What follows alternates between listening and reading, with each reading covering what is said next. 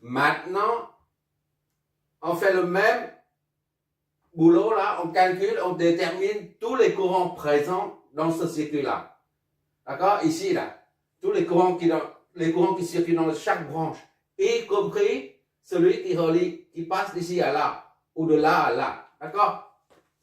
Et puis, on va apporter une conclusion concernant les tensions au primaire et au secondaire, ainsi que le courant au primaire et au secondaire. D'accord? Ici, on a un transformateur conventionnel, mais qui est câblé d'une façon particulière. Ça, j'appelle là, comme d'habitude, là où il y a un point, j'appelle la tête. Là où il n'y a pas de point, je le baptise le pied. D'accord? Donc, ici, la tête, c'est le pied de l'enroulement ou de la bobine. Ici, c'est la tête et le pied. Donc, le pied du primaire, de l'enroulement primaire, est relié à la tête de l'enroulement secondaire. D'accord? Donc, maintenant, on a ici, là, 1, 2, 3. 3 résistances et 2 éléments réactifs. Une inductance et une capacité, un condensateur. Ainsi qu'une source de tension. Ça, c'est en valeur efficace.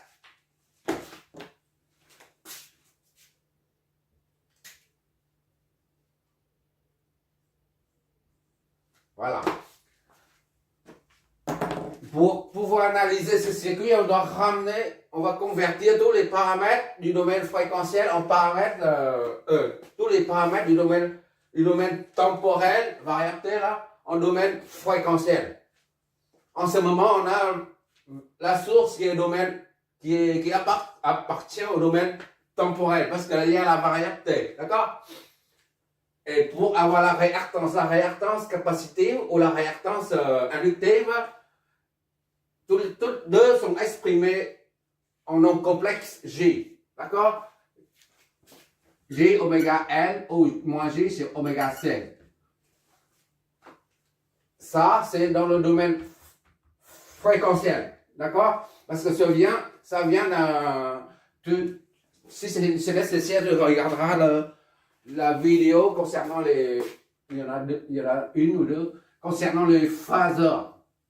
C'est quoi la définition d'un phaseur et puis d'où proviennent ces deux quantités-là. Chaque fois on a J oméga N ou moins J sur oméga C, ça signifie qu'on est en domaine fréquentiel. Maintenant, on va convertir ça au domaine fréquentiel. D'accord? VST actuellement là est sous. Oui, on va mettre ça en amplitude. Puisque c'est en efficace, on va mettre en amplitude un module. Comme ça, on supprime tous les valeurs efficaces. On raisonne toujours au module de phase. D'accord? 70,711. Ça, c'est la valeur efficace multipliée par la racine de 2.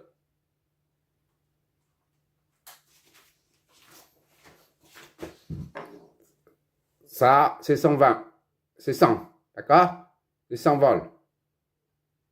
En amplitude. Donc, on met ça en amplitude, en volts, pas en efficace. On ne se sert pas de la valeur efficace. 100 cosinus 1t plus 20 degrés. D'accord? Là, on est dans le domaine temporel. Il y a la variabilité. Maintenant, on convertit ça en domaine fréquentiel. Ce qui nous donne, il n'y a plus de variabilité. On reprend l'amplitude, c'est 100, et la phase, c'est 20. D'accord? En vol. C'est le premier paramètre qui est amené au domaine fréquentiel. À présent, il reste ça et ça. Xn, ça c'est un nombre complexe, d'accord? Ça c'est un chapeau. Au domaine fréquentiel, ça fait J oméga N.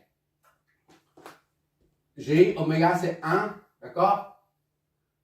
Et L c'est 15. Ce qui fait XL est égal à 15G au 15,90. Puisque l'opérateur J, le nombre imaginaire J est égal à 90. D'accord? Deuxième paramètre. Et le dernier, c'est celui-là. XC, dans le domaine fréquentiel, on l'exprime XC moins J sur oméga C est égal à 1 sur oméga C moins J, d'accord? 1 sur oméga, c'est 1 fois C, c'est 62,5 millifarad, soit moins 2, moins 3 farad, moins J. Ce qui fait XC est égal à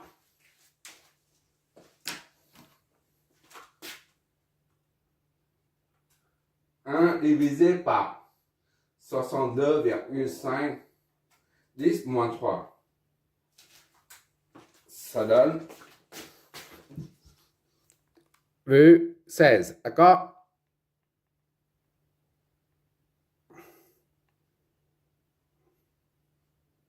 Voilà. Maintenant, on va noter ça. OK.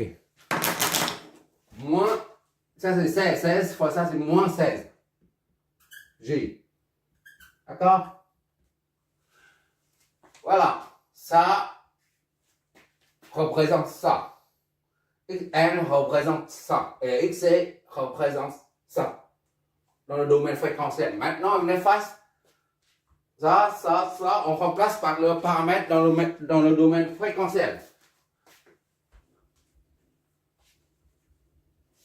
XL, c'est 15J. XL, 15J. D'accord? X, c'est moins 16J. X, c'est égal à moins 16J. Ok, là? Et enfin, la source de tension.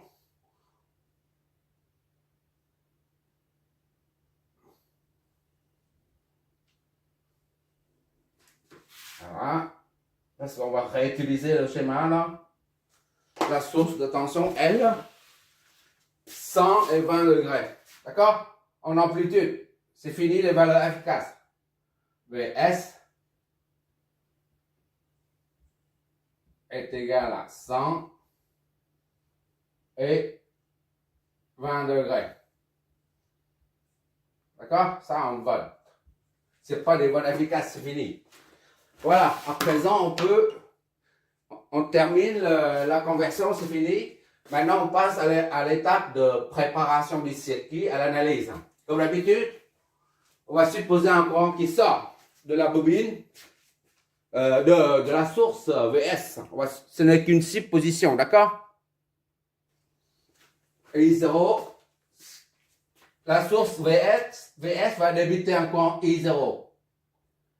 I0 provient de la source VS, d'accord? Et après, le courant va vers là. Un autre I1, par exemple.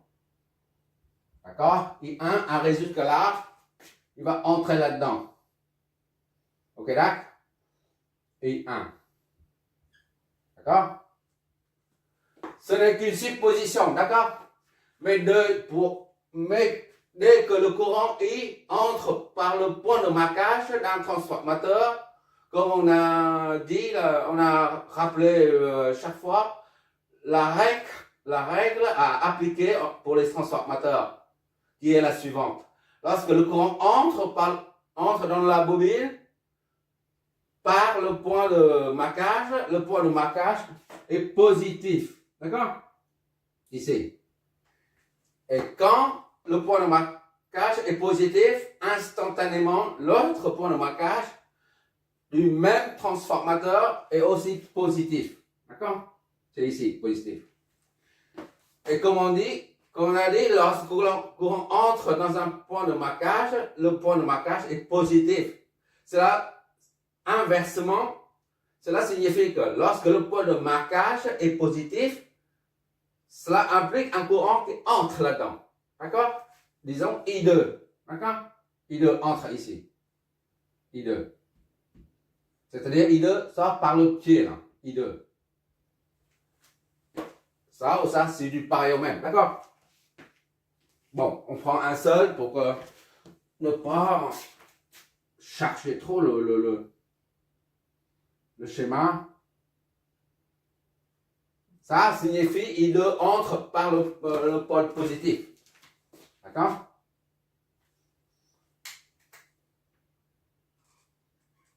Voilà.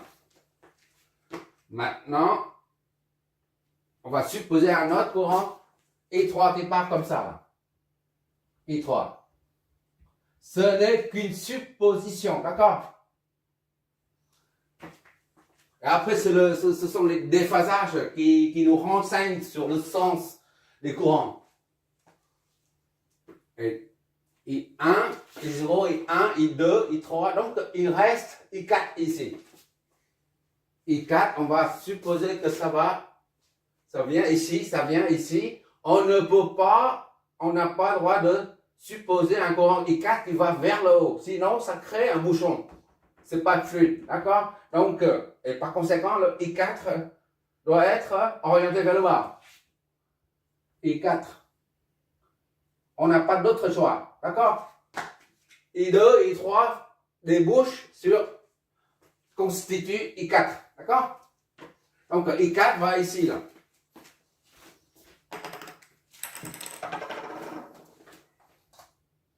J'insiste sur le fait que ce n'est qu'une supposition, d'accord?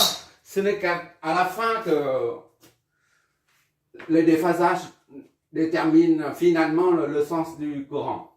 Maintenant, I4 vient ici, là, I4. Ok, là. Et donc, I5, I0, c'est celle-là. I0, I5, c'est là. D'accord? I4 arrive ici et un seul, deux qui sort. I1 et I5 reforment, reconstituent I0. D'accord? Voilà, tout est cohérent maintenant. I0 donne I3 et I1 forment I0. D'accord? I1 et I5 forment I0. D'accord? On peut dire dès maintenant que I3 est égal à I5. D'accord? On verra ça après. Bon, maintenant, il faut flécher le courant. Il faut flécher les tensions. Toujours. Ok. Ici, c'est VS. Puisque c'est une source de tension. VR1, c'est ici. C'est un récepteur, d'accord? VR1. Et ensuite, c'est VR2. VR2, c'est ici. D'accord? Courant et tension s'opposent. Courant et tension s'opposent pour un récepteur. VR2. D'accord? Et là, le courant qui arrive ici, un récepteur, donc VL. On va appeler ça par VL. D'accord? Idem pour VR3. C'est un récepteur. Le courant I2 arrive comme ça. La flèche de tension s'oppose. VR3. Et ça, c'est XC. XC, c'est vers le haut. VC. Un récepteur, le courant ici, donc à la tension vers le haut. VC. Ok, d'accord. Et qu'est-ce qu'il nous reste? V1 et V2. Voilà. Là, comme le courant I1 entre là-dedans, ça c'est le potentiel ici est plus grand que celui d'ici. D'accord? Donc, V1 ici. Pour la tension au primaire. Et le secondaire, le sens est inversé, là, vers le bas.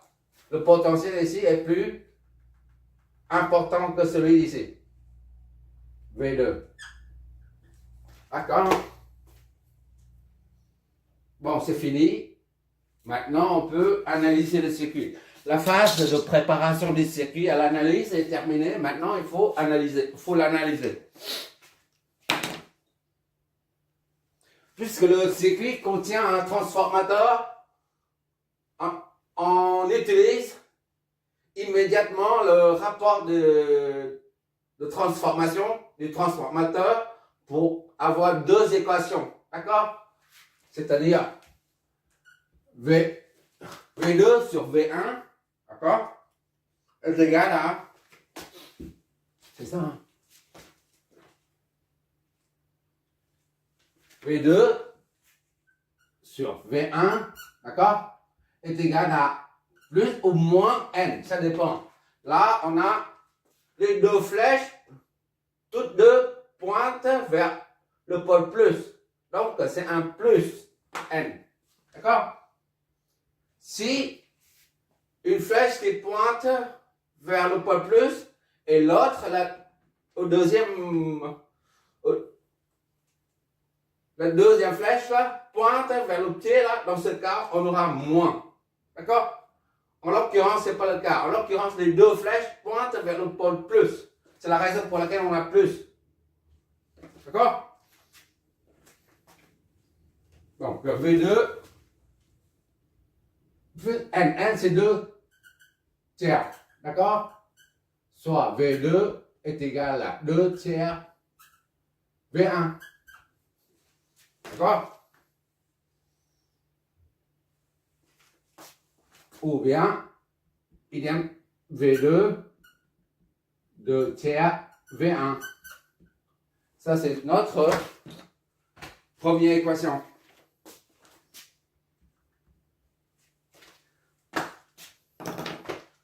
On se sert encore du rapport de transformation pour avoir une deuxième équation. I1 sur I2 est égal à plus ou moins N, tout dépend du sens de I1 et I2. Si les deux courants entrent, tous deux, par le point de marquage, dans ce cas, on a I1 sur I2 est égal à moins N, négatif. Si un qui entre par le point de marquage et l'autre qui sort, dans ce cas, on a plus N. D'accord? Dans le présent cas, on a I1 et I2 qui entrent tous deux dans le point de marquage, ça fait moins N. D'accord? Soit moins 2 tiers. D'accord?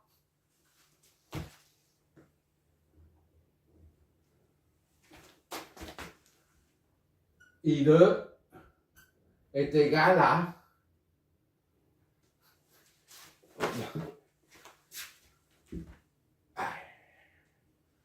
3 et 1, d'accord, est égal à moins 2 I2. On met le chapeau, c'est la même chose, d'accord? Donc I2 est égal à moins 1 I2 et donc est égal à moins 1,5 I1. D'accord? C'est notre deuxième équation. Voilà. Déjà, rien qu'avec le rapport de transformation, on a trouvé deux équations. Pour avoir d'autres équations, afin de former une matrice plus tard, on va utiliser cette maille-là. On part de la loi des mailles. On part de ce point-là et on va où on veut, en fait, et on revient au point de départ, et ça fait une maille nulle. Là, une résultante vectorielle nulle, d'accord? Bon, on part d'ici, là.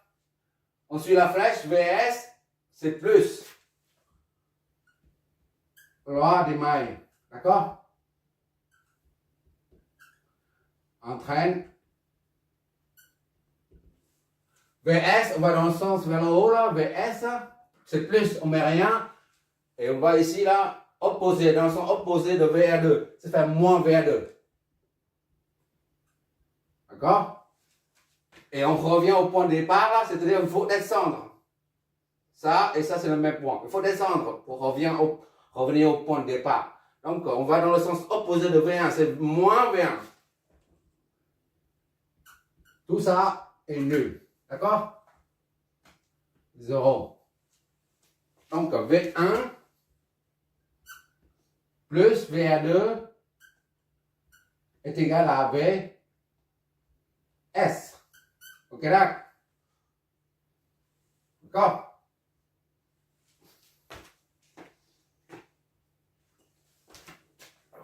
Je vais mettre VA2 avant. VA2, V1. Voilà. Dans cet ordre-là. VA2 plus V1 est égal à VS. Or, VA2 c'est R2 fois I1. R2 fois I1. D'accord? VA2 là. R2 fois I1. Et V1 c'est inconnu jusqu'à présent. V1 est égal à VS. Ok, d'accord? Donc, R2 c'est 10 ohms. 10 fois I1 plus V1 inconnu est égal à VS. VS c'est 120 degrés. Voilà, notre troisième équation.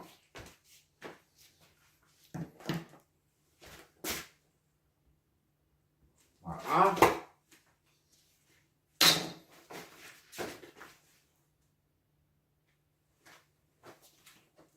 On va faire la même chose avec cette maille là.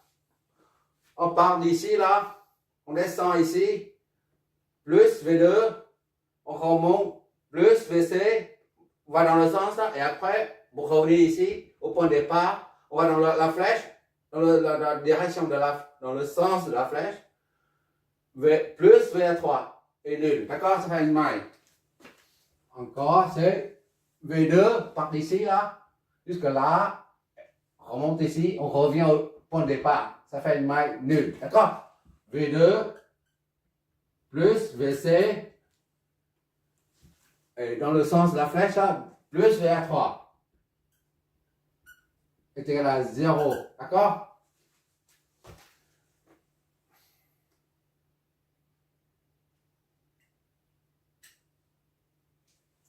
VA3, je mets dans l'ordre, plus VC, plus V2. Voilà, comme ça, est égal à 0. VR3, c'est combien? R3, I2. D'accord? VR3 ici, c'est R3 fois I2. R3, I2. D'accord? Plus VC, c'est XC fois VC, là. XC fois I4. D'accord? Plus V2 est égal à 0. D'accord? Bon, R3 c'est 30. I2, ok d'accord? Plus IC. IC c'est combien? XC. Moins CJ. Fois I4. D'accord? Plus V2. C'est la 0 là. D'accord?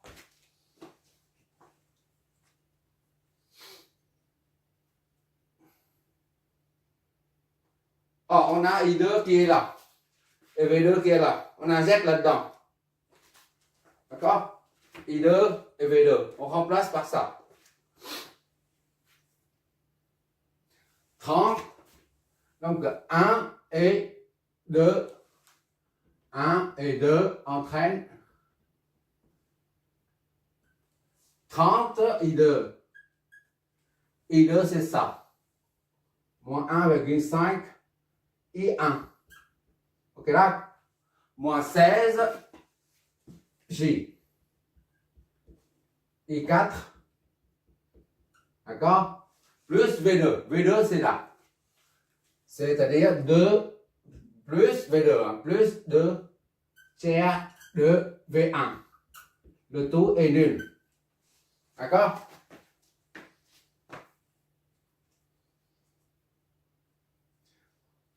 Ça fois ça, moins 45. I1.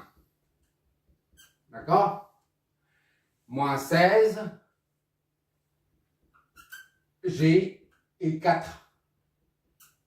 Et plus 2 tiers V1. Tout ça est nul.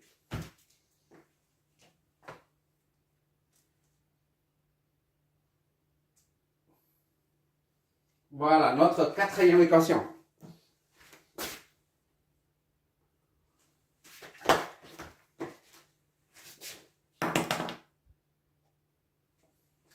On peut très bien continuer avec la loi des mailles en prenant ça VS moins VA1 moins VL moins VC est nul.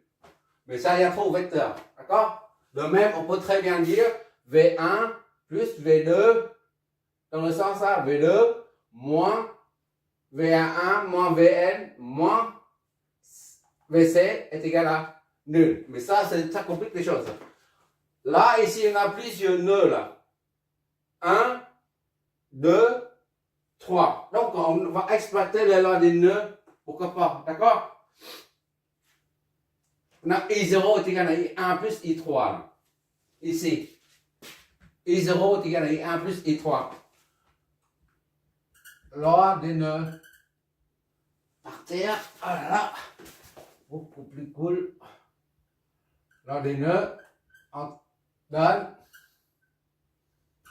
I0 est égal à I1 plus I3. Plus I3. D'accord? Je ne me trompe pas. Donc,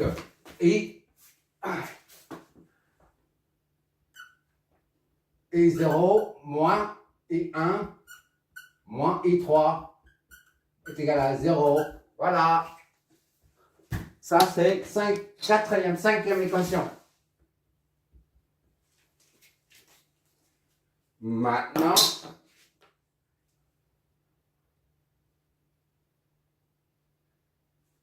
ce nœud-là, maintenant, on vient d'utiliser ce nœud. Maintenant, on va utiliser ce nœud-là. D'accord? I2